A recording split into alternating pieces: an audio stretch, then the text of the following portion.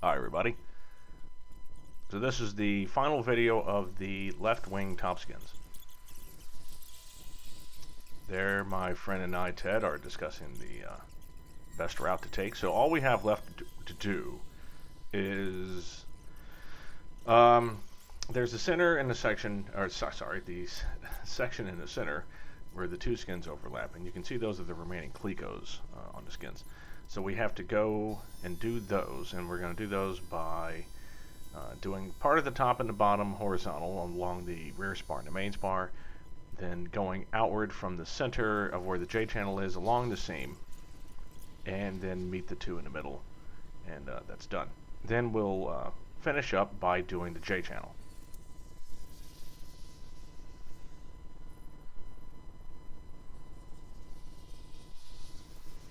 And as usual, it's just easy enough for us to disappear and leave the camera running for unknowns amounts. Oh no, there we go.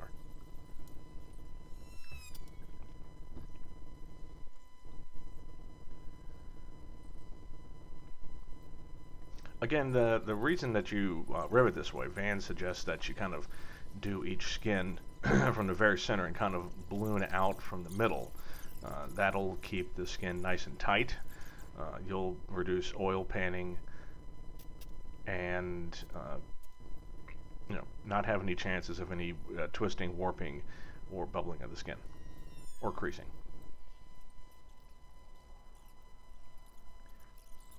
And it was a beautiful sunny day that day, so we had many people come by. There's Matthew, club mechanic, just stopped in to see what we were doing.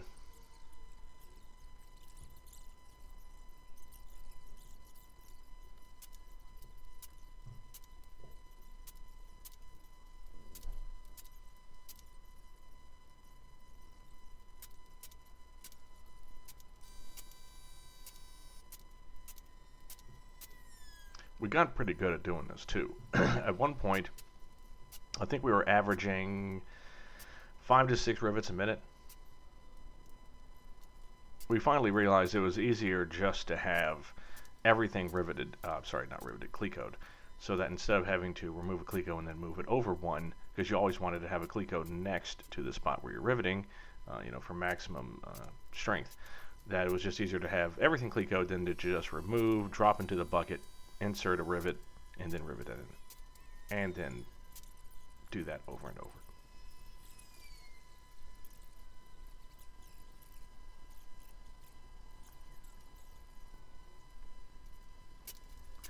Right there we were staring, one of the guys in the hangars around us has, we're not quite sure what the model is. It's a Cub style, looks like a tube and fabric frame motor. It's got a Rotax for a 912, I think, in it, and big Tundra tires, so we always like watching that thing take off because it takes off in about 150 feet.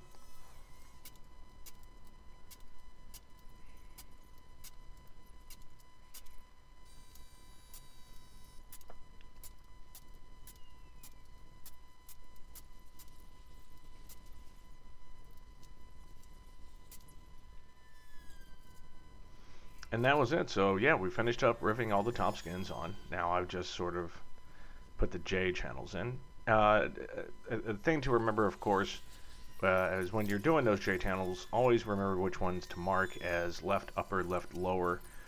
There's 2 on each. And I swore just for a second that I'd put the left lower ones in, but I did not.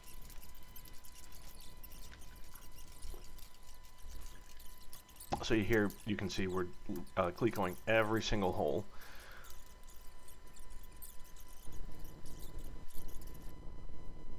Ted did a rough guess count. He said, I think 125 rivets to do. So we started from the very middle. Actually, not the very middle, but we started right where the seam is, because that also happens to be where the 2 J channels also have the seam. So they have a crossover of about 4 rivets, and those you need number 4s for. Everything else is 3.5. So we started there and then just worked our way out 5 at a time on each side.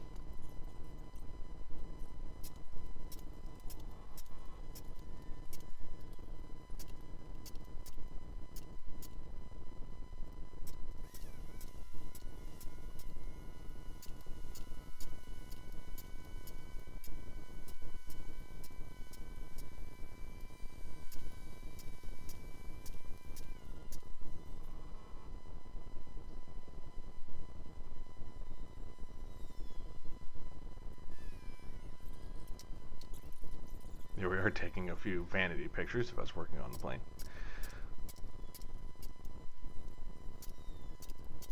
So what we did was we got to the edge of where the doubler is, wing walk doubler, and then just decided to kind of finish out the outboard section first, and then come back and do the inboard section.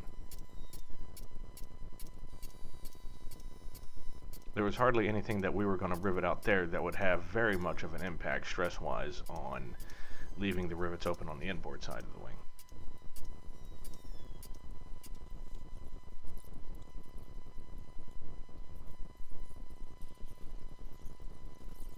And then Victor came with, stopped by. He had a couple of friends from Europe stop in. These are all medical imaging guys, and they're in town for, I forget the name of it, but it's basically a medical imaging conference here. It's at the Moscone Center in San Francisco this week. So both of them are interested in aviation. Showed them around the hangar and introduced them to the plane. Tried to get them to do some free work, but they wouldn't have any of it.